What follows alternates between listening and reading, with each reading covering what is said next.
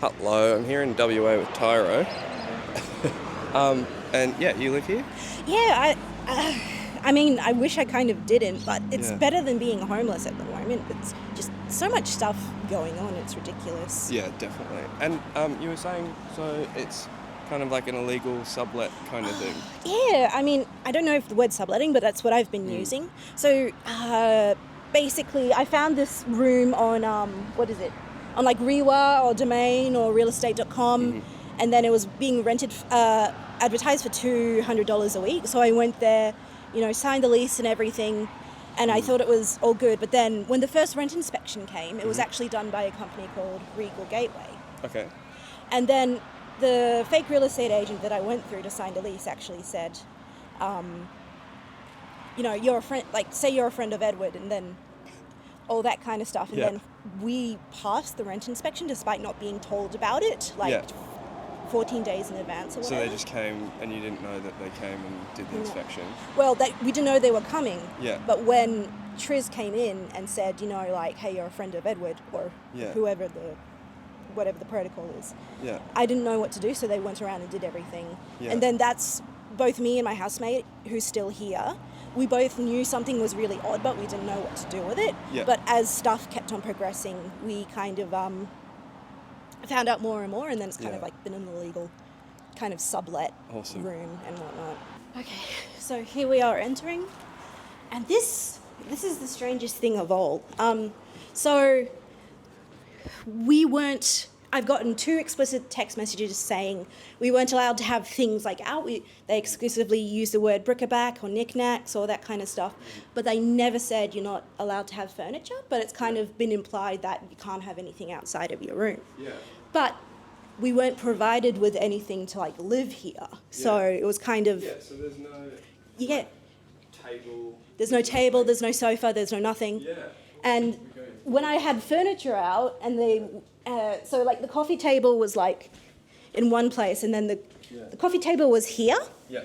and then the shelf was like here, and there was stuff on the shelf because I was sorting and unpacking stuff from the shed, and then instead of saying, hey, here's a final like whatever notice, like an actual legal one, Yeah. they kind of just stole my shelf and my coffee table from there and just locked it in the office room, which I had been illegally renting as an actual room. So and you don't have the key? No, I didn't have the keys, so I took a photo from outside the actual window thing. Yeah. And it took like one whole day and a bit, so it wasn't the next day, but it was the day after that we had actually gotten my furniture back. But by that point, I had to, in the final letter or whatever, along with the fake eviction notice, they said, keep everything in your room. So I had to keep my coffee table and shelves in my room, and I took photos, and I just think it's absolutely ridiculous. But now they're in storage, and I'm hoping to get more things into storage because I haven't found an actual house yet or anywhere to live yet. Yeah, it was crazy because so when I walked in, I thought you were moving out because there's nothing here. But this is how it's supposed to be, apparently. No furniture, no nothing. And one thing I never even understood is that because it's being illegally rented, someone's renting the house and then illegally subletting the rooms to us, is that I never understood, like, why we couldn't have sofas and why we couldn't have coffee tables or whatever. Because it would make sense that, like, Edward, the actual guy, is actually living here. Yeah. And by himself, or just living instead of just this empty weird barrenness, which the real estate agent Regal Gateway actually saw like 3 times through the 3 random rental inspections that they saw. Yeah. So, and it's kind of like we're just kind of relegated to our rooms and we can't really do anything. Exactly. It's just not a nice way to live. No.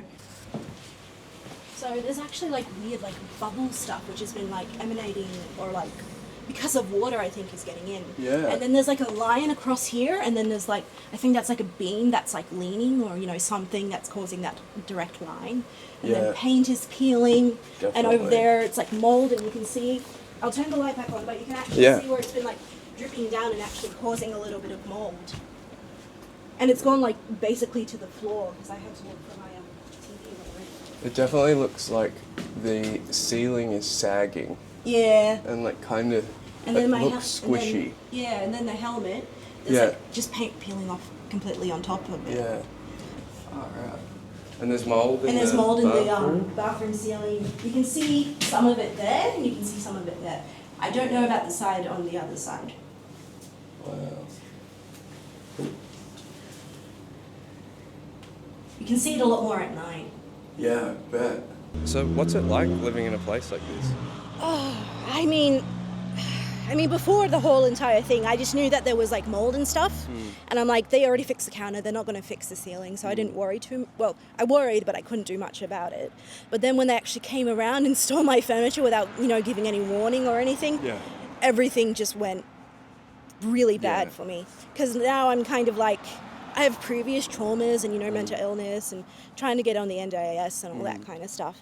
So it's kind of like, it has been affecting my emotional health. It's been affecting my mental health. Like every time someone's outside and I get a notification from the camera, like I'm afraid, like, is it going to be the real estate agent again, or is it going to be, like some the fake random, landlord, or something like that. Yeah. And it's just, and I think, it's just like, and I remember like when it had just happened, like it happened on Tuesday and on Friday, I had accidentally put in the wrong key into the locker, so I thought they had locked me out. So I knocked on my roommate's doors and woke them up. And then they said to me, "Did you make sure that you put in the right key?" And I'm like, "I'll just try every key again." And then the key opened, I actually put in the right key and it opened, and I just felt so bad for waking him up.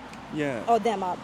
So, and then it's kind of like, that was when I had like a little mini breakdown and I called Lifeline. Yeah, fair. But I had been in contact with, my friend group, my brother, all that other kind of, like just a whole bunch of different friend groups, and they have been supporting me a lot. It's just, you're kind of living in, you don't know what will happen and you don't know how it will escalate. So It's just been really bad. And now, because we found this out, now it's kind of like, do I have to... Well, I've booked like an appointment to talk with a lawyer. So I've consulted like community legal advice, and then because of this, whole thing, I'm going to see if like a lawyer can help, or like what are my options and all that kind of stuff. And that could be really expensive. And I just, well, I knew I was going to lose my job at the end of like the 31st of December, but all the casuals were cut off on Tuesday. So...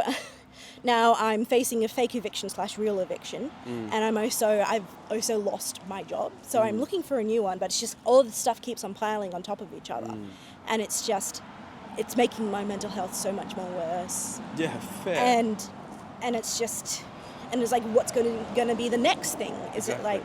You're always waiting for the next Is thing. Regal Gateway going to come around and actually, serve everyone in an actual eviction notice because we're illegally living there? Or like, will they try to come up with some kind of scheme to say I was in on it the whole time and not, some kind of weird... like situation where I didn't know what was going on until I already signed. And it's just a lot. Yeah. At the start, when I asked you, like, what's it like living there, you kind of, like, revealed something, and it was like, as a renter, you kind of expect this basic level of exploitation, but then they just came in and stole my all of your shit, and you're like, that's too much. Yeah, that's too fucking much. I can't do that. No, and it's just an abuse of power, and it's kind of like, we all know that in a capitalist society, we're all going to be exploited, but it's just when it gets to the levels of ridiculousness that it did, then it's just like, okay, that's too fucking much. Yeah. So what do you think needs to be done about it? Oh, better laws, and the thing is, like, I've even been trying to, like, figure out what to do, because I think there's shady stuff going on at that actual place, and there's actual emails to prove like more shady behavior and all that kind of stuff, but I just haven't been able to find anything to say, hey, there's this weird shady stuff going on. And I mean, the only way that I think it could potentially like be figured out or exposed or helped or whatever is like if I actually went to court and like lawyers or judges or something actually saw it, but I don't know if that would actually be an option. And it's just, I guess in this society you have to kind of concede that there's going to be some level of exploitation and all that kind of stuff. Until we win. We don't. Well, we're working at it. We're working at it, but we don't know when that'll actually happen or anything. Exactly. We'll get there. Tyro's a Rahu member, and thanks for showing us through your house. No problem. Thanks for recording. Yeah, no, being not at there. all. Yeah. And I want to encourage everyone in WA to join Rahu. It's a lifesaver, literally. I Yeah. don't know how I would be in this situation. Well, be in a better situation than I could be without them, if that makes sense. Yeah. Yeah. Yeah. 100%. And let's fight back together, because that's the only way to get through stuff like this. What is it, the weekend, retirement and all that kind of stuff? Like, those laws are written in blood from the people before us 100%. in order to become like the norm and the basic kind of stuff. And we still have to. I hope it's not in blood, but we'll have to still fight bit less for our, blood this time. Yeah, we still have to fight for our rights and everything, and to be treated decently. Yeah. Thanks for chatting Okay, with us. sweet. Thank you. Appreciate it.